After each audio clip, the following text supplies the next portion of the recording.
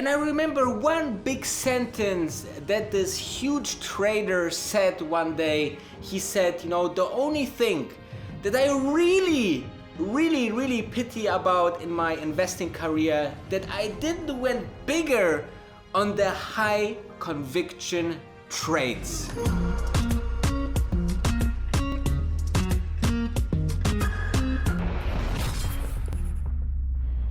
Welcome to another vlog. Thank you very much for tuning in, and smash the like button if you like. And other than that, make sure to follow me on Instagram. This is my Instagram, Wolf of Dubai Danny. There is the content that continues after this video. And as you know, I'm doing also live streams, so subscribe if you like this content. And let's talk about mistakes. Now, everyone makes mistakes.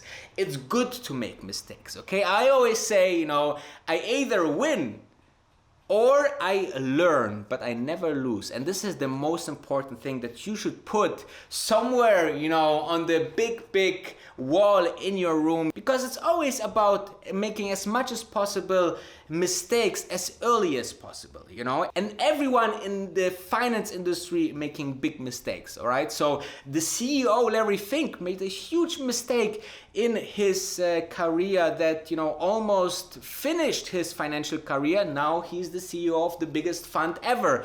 And I want to talk about 3 mistakes with Tesla stock and any other stock. You know, you can exchange the Tesla world, but you know, I want to just give you some examples, and therefore I think that's much more better for the content to comprehend. And therefore, let's start with selling too early. Now, the main thing, or my main argument in this point is, think about you really discovered the new Amazon or Apple or Netflix or Tesla or Peloton or Beyond Meat. In the top cases, Amazon, Apple, Microsoft, you would wish that you invest very early, and best case scenario, never sell, right? I mean, Apple is doing now all-time high after all-time high.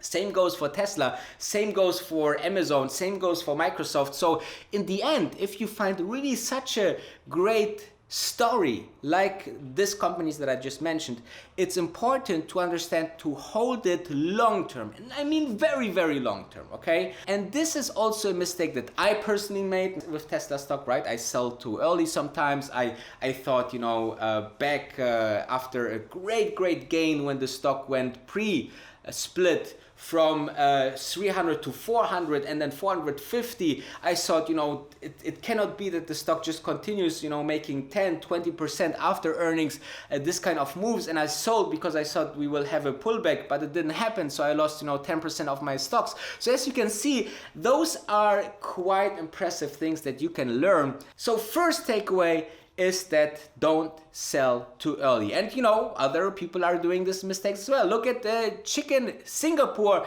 You know, my colleague here from YouTube, he also praying the same, that you should never sell Tesla.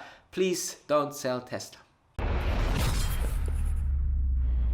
The second unforgettable mistake that you can do with a Tesla stock, or such as the Tesla stock, is shorting, guys. There is big short sellers out there, right? And Tesla was for years one of the most shortest companies on earth. But this is not a good idea when the management is absolutely crazy working, you know, 80 hours per week. This is absolutely insane. Then you have people that say, you know, the product is not nice, but the product was selling like hot bread.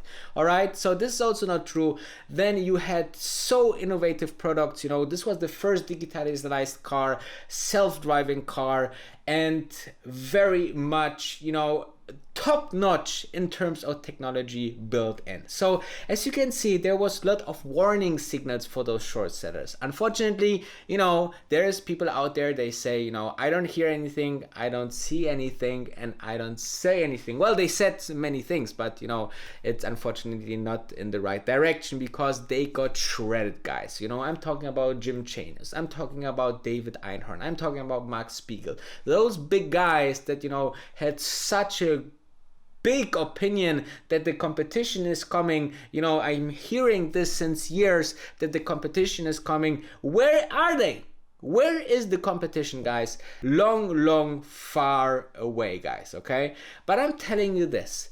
If you're seeing a stock that is so much shorted, then there's always the big risk that if they succeed, and every company on earth with the right management, with the right product, with the right distribution network can succeed, okay? So never underestimate it.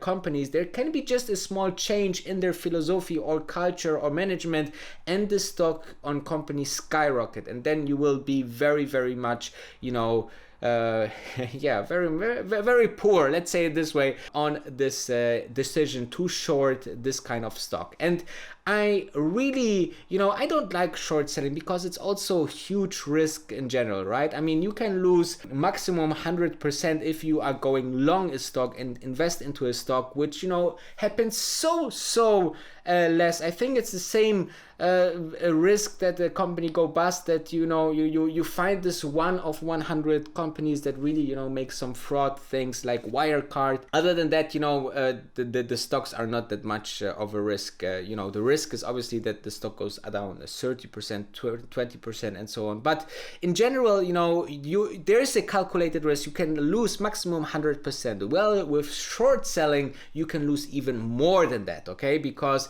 the upside for a stock is unlimited, and short sellers need to buy the stock back at some point, so they can have huge unlimited losses, right? Because if the stock goes to 1 million per share, then they have to buy it back per 1 million per share, even though they rented it out for 200 per share. So as you can see, short selling is no good. No.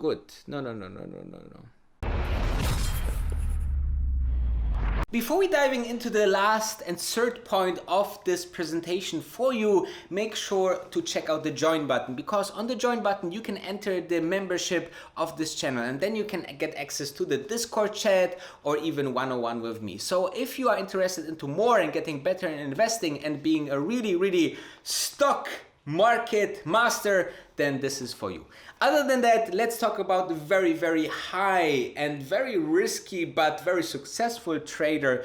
It's Camilo. Camilo, you know, he get very famous by the claim that he made $20,000 investments and made it within a few years into 2 million, because he saw this information arbitrage where, you know, he saw that the iPhone can be a next big thing, but people on Wall Street didn't saw it so well. So actually, you know, he was in a kind of arbitrage of information, and that was his big trade. Now, as you can see, here is something where we can pull out so much knowledge, and therefore I believe that one of the things that you can learn from these people is what mistakes you did in your career. You did, you know, you have a $22 million portfolio, but what are the mistakes? Okay, we know what you're doing right, but what you're doing wrong, how you could, you know, exponentially grow your portfolio in the last years, what you didn't know in the first years. Okay, so therefore, you know, he said something very what stick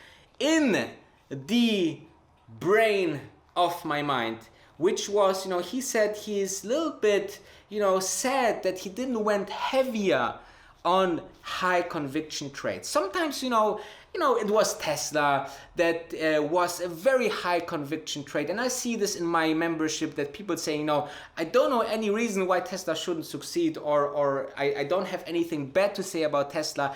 And if you have this high conviction trades, then, you know, try to pull as much money as possible and as much as you're comfortable with into these stocks, because this will be the stocks that can make you very wealthy, and then you can, you know, make the things that make you happy, like, you know, having total freedom, or being better in sport, or living a healthier life, or whatever is the goal of your life and makes you happy, because happiness is over everything, obviously also with a lot of health. So actually you can see that this is so important to, you know, really double down on your high conviction trades, because there's some people that say, no, I need to, diversify, or I need to make sure that I have, a few other picks as well. And then you choose something where you say, this could be, but I'm not sure. And then you lose money and so on and so forth. So therefore, big conviction trades can make you very, very wealthy.